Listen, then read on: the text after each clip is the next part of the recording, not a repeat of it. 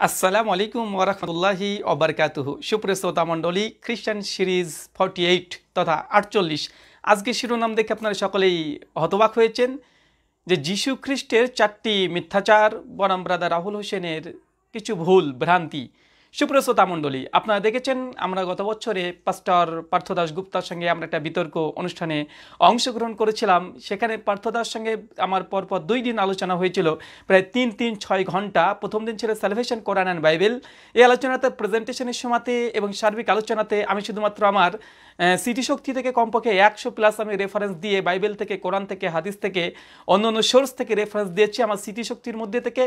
এই সমস্ত আলোচনার মধ্যে পার্থ দাশগুপ্ত আপনারা সকলে দেখেছেন, তিনি লাজবাব হয়েছে, তার মুখটা কেমন হয়ে গেছিল আপনারা সকলে দেখেছেন।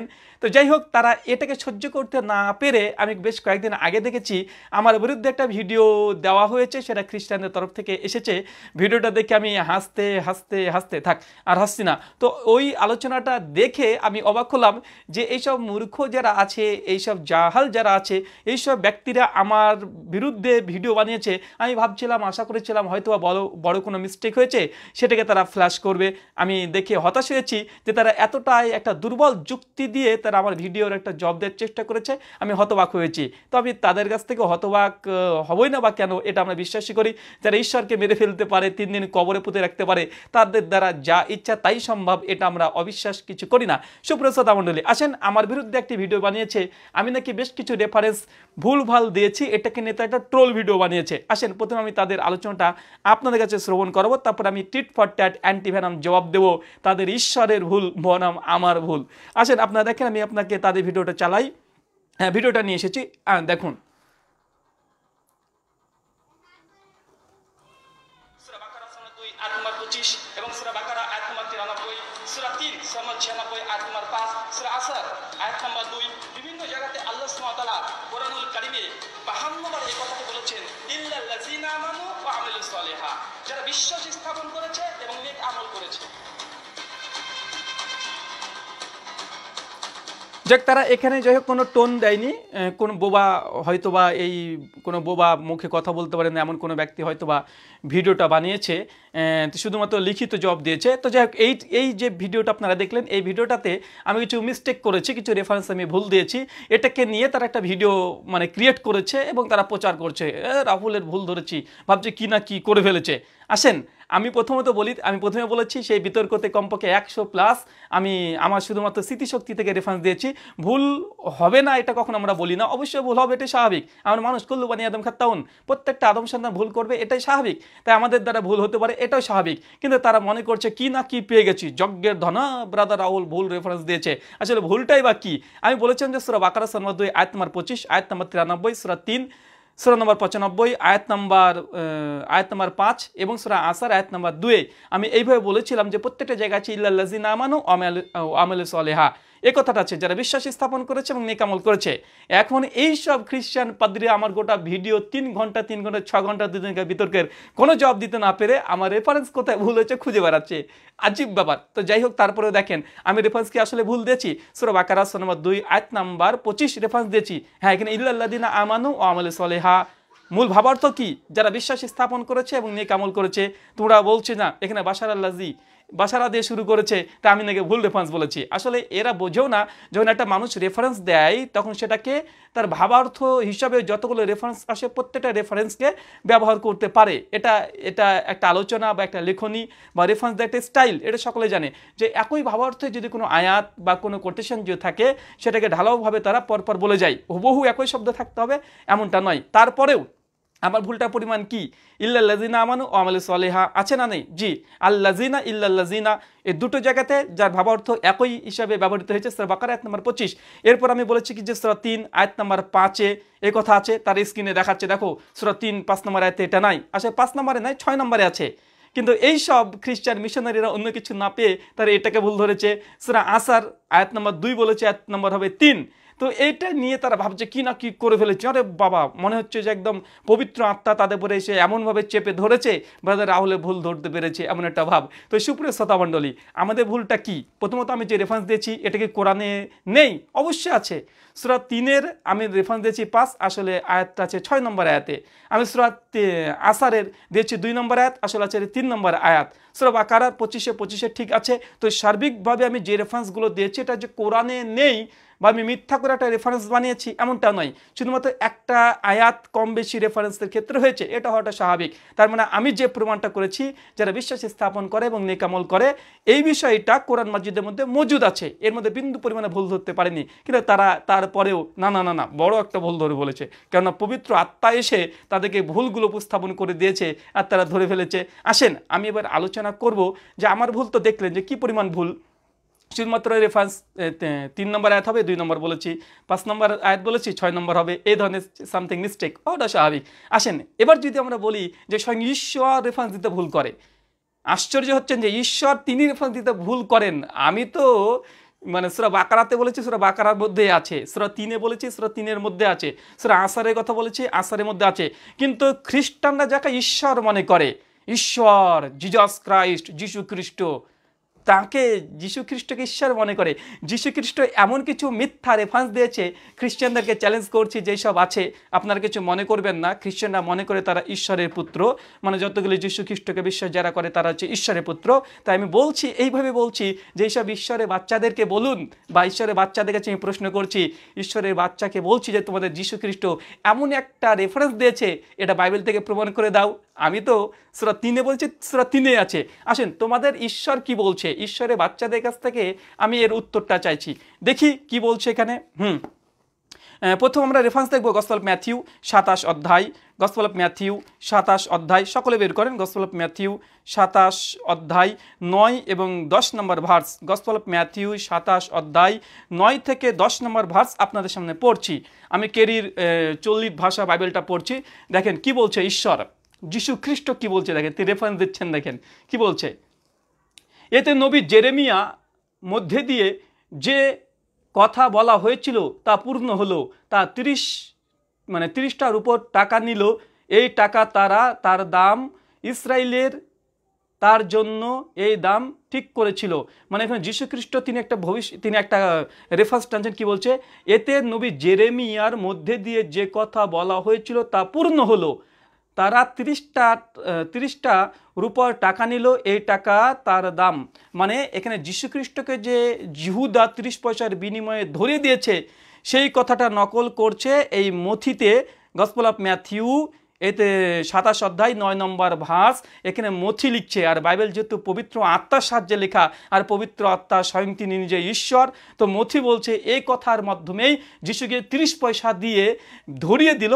এটা আসলে নবী জেরেমিয়া তিনি আগে থেকে বলে গিয়েছিলেন এবং জেরেমিয়ার কিতাবে এই ভবিষ্যৎবাণীটা ছিল, তা আজকে পূর্ণ হলো।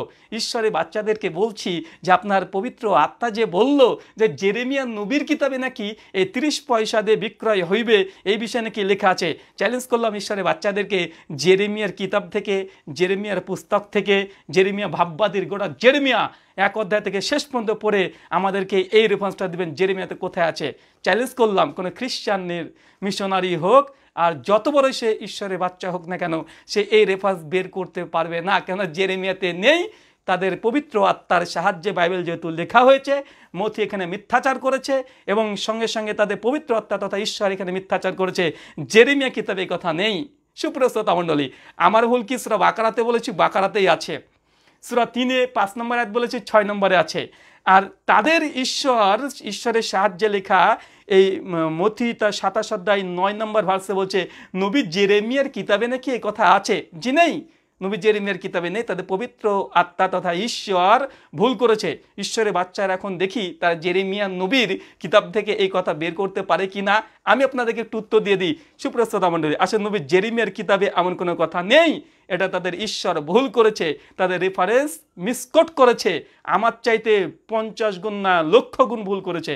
কারণ এই কথাটি আছে বুক অফ জাকারিয়াতে, জাকারিয়া 11 অধ্যায় একদম 12 থেকে 23 নম্বর ভার্সে এই ভবিষ্যৎবাণীটা করা হয়েছে, কিন্তু তাদের ঈশ্বর জাকারিয়া বাদ দিয়ে জেরেমিয়া করে দিয়েছে। ও হবে জাকারিয়ার কিতাবে যে ভবিষ্যৎবাণী ছিল সেটা পূর্ণ হলো, নচেত তাদের ঈশ্বর করে দিয়েছে কি এটা নাকি জেরেমিয়ার কিতাবে আছে। তার মানে বুঝতে পারছেন যে আমার ভুল আর তাদের ভুল কতটা কি পরিমাণ। স্বয়ং ঈশ্বর ভুল করেছে, আমি তো করতেই পারি। তাদের ঈশ্বরকে যদি ভুল করতে পারে, পবিত্র আত্মা যদি ভুল করতে পারে, আমার ভুলটা নিয়ে তার খুব লাফালাফি করছে। আপনাদের পবিত্র আত্মা ভুল করেছে। দেখি আপনারা জেরেমিয়ার কিতাব থেকে এই ভবিষ্যৎবাণীটা পূরণ করেন। আসেন আমরা আরও একটি দেখি, মথি 2 অধ্যায় 23 নম্বর ভার্স। তাদের ঈশ্বরে ভুল দেখাচ্ছি, ঈশ্বর কিভাবে মিসকোট করে, মিথ্যা রেফারেন্স দেয়। আমার তো ভুল হয়েছে, তারা মিথ্যা কথা বলে, মিথ্যা কথা বলেছে স্বয়ং ঈশ্বর। আসেন আমরা মথি 2 অধ্যায় 23 নম্বর ভার্সে আপনাদেরকে নিয়ে যাচ্ছি, আপনারা সকলেই পড়েন। মথি 2 অধ্যায় 23 নম্বর ভার্স কি বলছে লক্ষ্য করে দেখেন। আর নাসারাত নামে একটি গ্রামে গিয়ে বাস করতে লাগলেন। এটা ঘটল যাতে নবীদের মধ্যে দিয়ে এই যে কথা বলা হয়েছিল তা পূর্ণ হয়, তাকে নাসারাতীয় বলে ডাকা হবে। মথি তার 2 অধ্যায় 23 নম্বর পদে 23 নম্বর ভার্সে মথি বলছে যে যিশু তারপরে নাসারাতে গিয়ে বসবাস করতে শুরু করলো, কেননা পূর্ববর্তী নবীদের যে ভবিষ্যৎবাণী বা নবীদের কিতাবে লিখিত কথা এটা যেন পূর্ণ হয়। আমরা চ্যালেঞ্জ করলাম, gospel of Matthew chapter number 2 verse number 22 যে বলা হচ্ছে যিশুকে নাসারাতি বলে ডাকা হবে, এই কথা নাকি নবীদের কিতাবে আছে। বাইবেলে নিঃসন্দেহে প্রত্যেকটা নবীর কথা সংরক্ষিত আছে। কোন নবীর কিতাবে এই কথাটা লেখা আছে একটু আপনারা রেফারেন্স দেবেন। আমি বলছি এ কথা নেই, এ কথা কোনো নবী ভবিষ্যৎবাণী করা হয়নি যে যিশু খ্রিস্টকে নাসারাতি বলে ডাকা হবে। প্রথম নিয়ম বাইবেলের একদম আদি পুস্তক থেকে শুরু করে মালাকি পর্যন্ত গোটা ওল্ড টেস্টামেন্টের সমস্তগুলো পড়ে ফেলেন, দেখি এখান থেকে এই ভবিষ্যৎবাণীটা বের করতে পারে কি পারে না। এটা তাদের পবিত্র আত্মা সরাসরি মিথ্যা কথা বলেছে, এরকম কোনো কথাই নবীরা ভবিষ্যৎবাণী করেনি। গোটা বাইবেলের মধ্যে এই ভবিষ্যৎবাণী নেই, কিন্তু তাদের পবিত্র আত্মা ঈশ্বর এটাকে মিথ্যাভাবে চাপিয়ে দিয়েছে, মিথ্যা কথা বলেছে, প্রপাগান্ডা করেছে। তার জ্বলন্ত প্রমাণ আপনাদের কাছে দিলাম। এইভাবে আমি অজস্র রেফারেন্স আপনাদের সামনে পেশ করতে পারবো। আমি খুব বেশি বলছি না, কেননা পিকচার আমি বাকি হে আর অনেক রেফারেন্স আমি এইভাবে বাইবেল থেকে দিয়ে দিতে পারবো যে তাদের ঈশ্বর বলছে যে ওল্ড টেস্টামেন্টে আছে এই কথা, অথচ ওল্ড টেস্টামেন্টে এই কথা নেই, একদম স্পষ্ট নেই। আমি মাত্র 2টা দিলাম। আরও একটি রেফারেন্স দেখেন, গসপেল অফ ম্যাথিউ 12 অধ্যায় 5 নম্বর ভার্সে দেখাচ্ছি। মথির 12 অধ্যায় 5 নম্বর ভার্সে কি বলছে দেখেন। এছাড়া আপনারা কি মোশির আইন কানুন পড়েননি? বিশ্রাম বারে উপাসনা ঘরে পুরোহিতরা বিশ্রাম বারের নিয়ম ভঙ্গ করলে তাদের দোষ হয় না। যিশু খ্রিস্ট মিথ্যাচার করেছে এখানে স্বয়ং। এতক্ষণ পবিত্র আত্মা আর মথির মিথ্যাচার দেখলেন, এখন যিশু খ্রিস্ট সাবাতের দিনকে ভঙ্গ করেছে। যিশু খ্রিস্ট তারপরে সেই ইহুদিদেরকে বলছে, কি বলছে, এছাড়া আপনারা কি মোশির আইন কানুনে পড়েননি? মোশির আইন কানুন মানে তওরাত, মানে ওল্ড টেস্টামেন্টের প্রথম 5টা পুস্তক। কি পড়েননি? বিশ্রামবারের উপাসনা ঘরের পুরোহিতরা বিশ্রামবারের নিয়ম ভঙ্গ করলে তাদের দোষ হয় না। যিশু খ্রিস্ট বলছে মোশির কিতাবে, মানে book of Genesis, Exodus, Leviticus, Numbers, Deuteronomy, এর মধ্যে নাকি এই কথা আছে যে কোনো পুরোহিত যদি, কোনো যদি পাদ্রী যদি, কোনো র্যাবাই যদি, কোনো ধর্মগুরু যদি সাবাতের দিন বিশ্রাম দিন ভঙ্গ করে তাহলে নাকি কোনো গোনা নেই।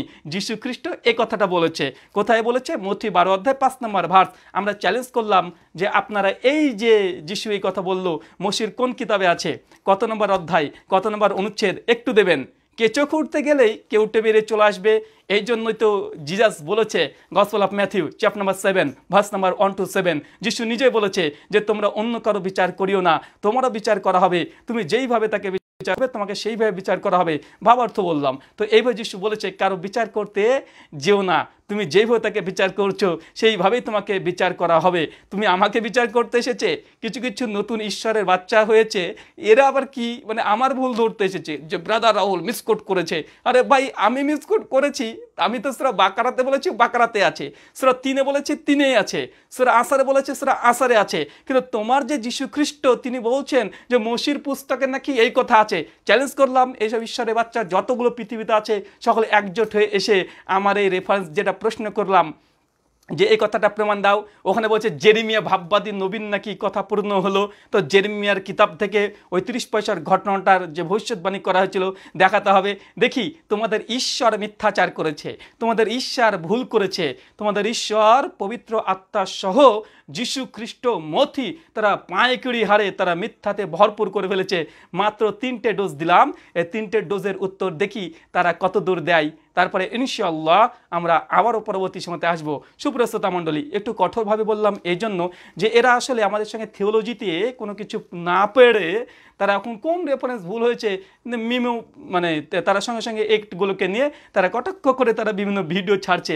তার জন্য বললাম আমাকে যেভাবে মাপছো এইভাবে তোমাদের ঈশ্বরকে ভেবে দেখালাম। তোমাদের ঈশ্বর আমার চাইতে 10 গুণ 20 গুণ 50 গুণ না কোটি কোটি গুণ ভুল করেছে, ঈশ্বরের মিথ্যা রেফারেন্স দেয়। আর আমার মিথ্যা রেফারেন্স দেখো, তুমি মহারাজ সাধু হলে আজ, আমি আজ চোর বটে। সুপ্রিয় শ্রোতা মণ্ডলী, আজকে 38 নম্বর এপিসোড আমরা এখানে শেষ করলাম। আপনারা খ্রিস্টান সিরিজ 49 আবারও পাবেন ইনশাআল্লাহ। অচিরে আমরা আপনাদের সামনে আবার আসছি। আজকের মতো এখানেই। অমা আলাইনা ইল্লাল বালাগ। আসসালামু আলাইকুম ওয়া রাহমাতুল্লাহ।